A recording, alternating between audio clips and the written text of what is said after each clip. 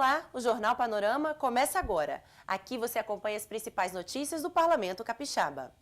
Balanço dos trabalhos em plenário. Durante as 3 sessões ordinárias realizadas esta semana, os deputados aprovaram 7 projetos. Confira com a repórter Verônica Salazar, que está aqui no estúdio. Seja bem-vinda, Verônica. Obrigada, Natália.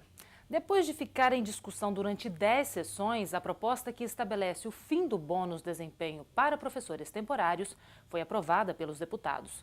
O governo do estado, autor da matéria, alegou que a lei do benefício prevê o pagamento apenas para professores efetivos.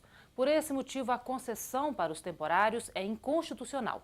Após a aprovação, o líder do governo, o deputado Marcelo Coelho, disse que esses professores serão contemplados em novo projeto a ser encaminhado pelo Executivo dentro de 30 dias.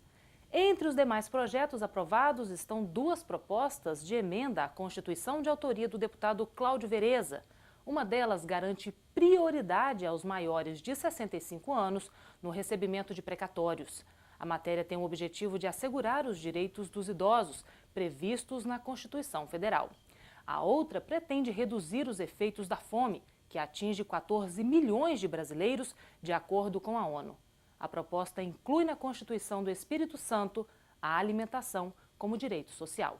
As 2 proposições voltam para votação em segundo turno. Outro projeto aprovado do governo altera a lei que garante indenização para policiais e bombeiros militares e também para agentes penitenciários adquirirem seus fardamentos. A matéria modifica o texto em vigor que fixa o mês de julho para esse pagamento. Pelo novo texto, o benefício será pago no mês de ingresso desses servidores, o que vai se repetir anualmente. O valor da indenização é de 375 VRTs, cerca de R$ 790. Estes foram os principais projetos aprovados esta semana. Natália, com você. Obrigada, Verônica, pelas informações. E a gente continua falando sobre os destaques da semana. Uma solenidade no Parlamento Capixaba, prestigiada por diversas autoridades, comemorou os 35 anos da TV Gazeta. Durante o evento, foi entregue a medalha do mérito jornalístico Carlos Fernando Monteiro Lindenberg e, pela primeira vez, a medalha Graziele Loureiro, também criada para homenagear jornalistas. A audiência pública da Comissão de Finanças foi realizada para prestação de contas da Secretaria de Estado da Fazenda, como prevê a Lei de Responsabilidade Fiscal. Na ocasião, o secretário Maurício Duque afirmou que o balanço de período de janeiro a agosto deste ano é positivo, uma vez que a arrecadação teve um aumento de 19% em relação a 2010, mas também previu perdas, principalmente causadas por mudanças no sistema de distribuição de royalties de petróleo. Ainda sobre os eventos da semana, a Comissão de Cidadania vai à Vila Velha debater a instalação de redes de alta tensão no município. Moradores da região alegam que a rede de 138 mil volts apresenta riscos e desvaloriza os imóveis locais. Diante do que foi exposto, os deputados decidiram pedir ao Ministério Público Federal que verifique a legalidade da instalação da rede, que corta 5 bairros de Vila Velha. Frente Parlamentar Estadual continua a avaliação da saúde em todo o estado e visita 3 municípios do sul capixaba. Deficiência na administração. Esse foi o principal gargalo encontrado na saúde pública dos municípios de Alegre, Guaçuí e Dores do Rio Preto, no sul do estado, por onde passou a equipe técnica da Frente Parlamentar da Saúde, presidida pelo deputado Glauber Coelho. O caso mais grave está em Alegre. O local sofre com a falta de gerenciamento. Faltam profissionais e os salários não são atrativos. Nós temos assim, uma série de profissionais de contratações, vamos dizer, irregulares, que a administração agora está se programando para fazer o concurso público, que a gente possa ter uma equipe permanente, possa reinvestir na qualificação, né, na educação permanente desses profissionais e a permanência deles no setor público. Hoje a grande dificuldade que a gente tem garantir a presença dos profissionais de saúde na rede pública no interior do município, somente o médico, né, a interiorização do médico, a fixação do médico no interior é um problema sério que a gente encontra. Em Guaçuí, o alto índice de atendimento de pacientes que vêm das cidades vizinhas é o que mais preocupa. Isso porque o município oferece quase todas as especialidades médicas, o que acaba sobrecarregando a estrutura local. Nós somos sede de microrregião, né, do Caparaó, onde a gente recebe no nosso pronto atendimento municipal pacientes advindos de São Lourenço, Dores do Rio Preto, Celina, que é distrito de Alegre. Então a gente recebe, faz esse atendimento todo aqui priorizado no pronto-socorro 24 horas. O grande problema de Iguaçuí é a questão de carteirinha do agendamento municipal. Nós temos uma população de 27 mil habitantes, com 79 mil carteirinhas. Vocês acabam atuando como referência, mas sem receber por isso, é isso? Sim, nós acabamos atuando como referência, né? Nós recebemos para 27 mil habitantes e acabamos atendendo faixa de 50, 60 mil habitantes. Já Dores do Rio Preto conta com uma unidade de saúde, que atende inclusive municípios de Minas Gerais, como Carangola e Espera Feliz. Mas faltam recursos para a implantação e manutenção de um pronto atendimento. Nós acreditamos no governo do estado, junto com a Assembleia Legislativa, na descentralização, onde os municípios tenham condições de sustentar a sua população com o serviço dentro do município, pelo menos, ou mais próximo possível, né? Que é esse atendimento, o custeio na área da saúde, igual nós aqui temos toda essa estrutura e precisamos muito de custeio para um pronto atendimento. As visitas dão continuidade à meta da Frente Parlamentar da Saúde de até o final desse ano ir a todos os municípios do estado para traçar um diagnóstico da saúde pública. Ao final dos trabalhos, um dossiê será encaminhado ao governo do estado. Visitas que nos dão uma possibilidade muito grande de apontarmos caminhos e soluções a curto, médio e longo prazo que vão impactar de uma forma extremamente positiva e legal, acima de tudo, esses municípios que ora nós visitamos. Internação forçada de dependentes de crack motiva debates em audiência pública realizada na Assembleia Legislativa. Mais de 1,5 milhão de usuários de crack no Brasil. Esse foi o dado apresentado pelo deputado Rodney Miranda durante a audiência pública da Comissão de Política Antidrogas da Assembleia Legislativa, presidida pelo parlamentar. O evento, realizado no plenário Dirceu Cardoso da Casa, foi proposto pelo deputado Luciano Rezende para tratar dos aspectos de internação na epidemia de crack. A epidemia de crack é um problema que envolve várias áreas de governo, segurança pública, ação social, saúde, e nós temos que discutir com profundidade. Já temos várias ações que saíram da Assembleia Legislativa e que são importantes. Eu fiz uma indicação para a criação de um serviço móvel de abordagem do usuário de drogas nas chamadas cracolândias. Devagar, a Assembleia vai produzindo frutos dessas discussões. Psicanalistas e médicos especializados em dependência química palestraram sobre o tema, destacando os tipos de internação. Para o doutor Renato Carlos Vieira, o indivíduo é responsável pelo uso da droga. O caso emblemático se chama Amy Winehouse, né? Ela tinha todos os recursos, né? E o que ela disse? Ela disse não, né? Então, assim, em algum momento, né, é preciso que a pessoa desperte e que se ela seja tocado, né, pelo desejo de vida e não pelo desejo de morte. Nós não podemos simplificar e achar que encontramos a solução. E ela se chama internação.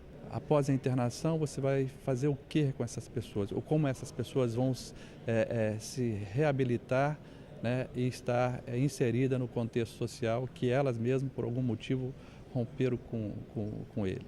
Já o psicanalista Francisco Veloso defendeu a internação compulsória, quando o usuário não tem mais capacidade de responder por seus atos. Nós não falamos em internação compulsória para todos os dependentes químicos, mas para aqueles que, no auge do uso, estão fora das suas faculdades mentais. Ou então, no auge da busca, ele vai usar de alta violência para com os outros, ele pode matar e ser morto também. Naquele momento, quem decide por ele, no meu caso, por exemplo, sou eu, psicanalista clínico ou qualquer outra pessoa. A internação dele tem que ser compulsória, desse caso. O debate contou com participação do deputado federal Jorge Silva, que é membro efetivo da Comissão Especial sobre Drogas da Câmara Federal.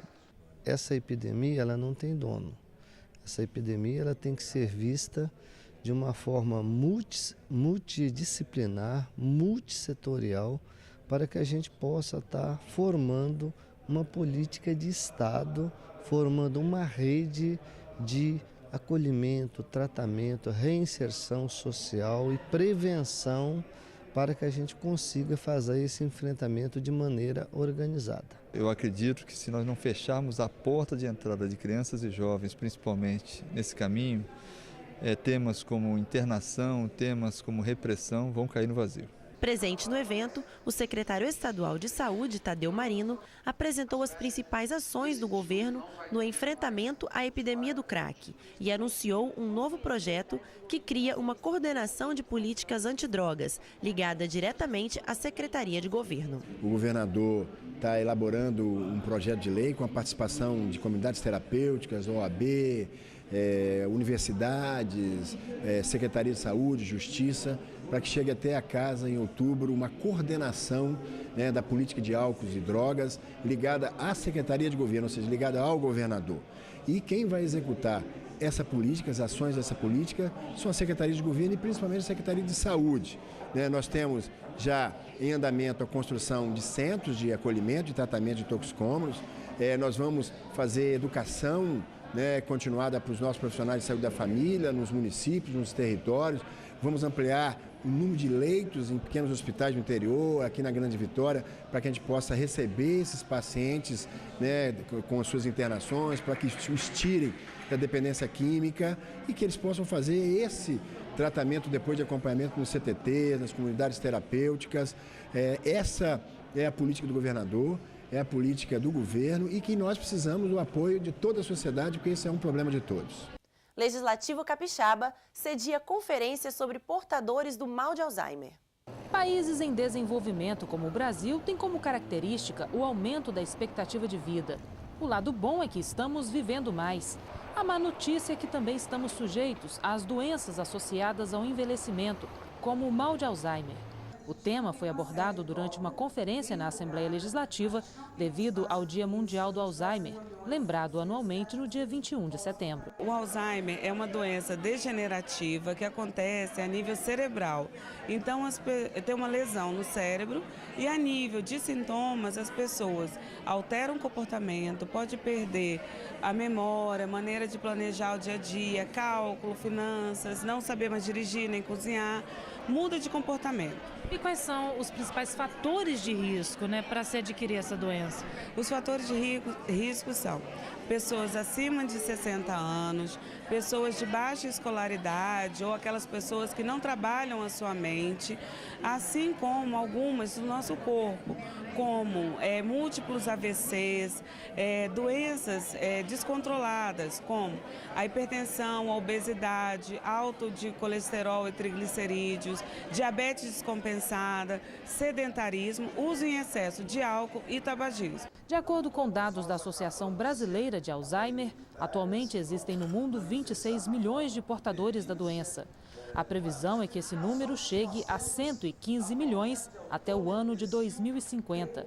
Números que soam como alerta para que a população adote hábitos de vida mais saudáveis. É tempo de ativar o seu cérebro, ativar o seu físico, controlar os costumes, não ficar, se possível, numa lassidão, numa morosidade, não engordar e ter os cuidados gerais com a vida, porque ele está prevenindo o que vai acontecer nos seus próximos anos. O importante é a Assembleia participar dessa discussão, a Assembleia colocando-se à disposição para aprimorar e debater um tema tão importante e que tanto nos comove. E também parabenizar os grupos de apoio que vêm aí buscando informações para também levar informação para as pessoas, como hoje foi visto aqui, de tantos e tantos questionamentos, de dúvidas que existem dentre aqueles que, mesmo já tendo em suas famílias portadores da doença Alzheimer e já tendo também profissionais acompanhando, ainda sobram sempre os porquês. E aí, a cada vez que nós realizamos esse evento aqui na Assembleia, nosso pedido, com a participação dos colaboradores, nós nos sentimos muito honrados e, não tenha dúvida, todo o corpo de parlamentares. E o Jornal Panorama termina aqui. Obrigada pela audiência e até a próxima edição.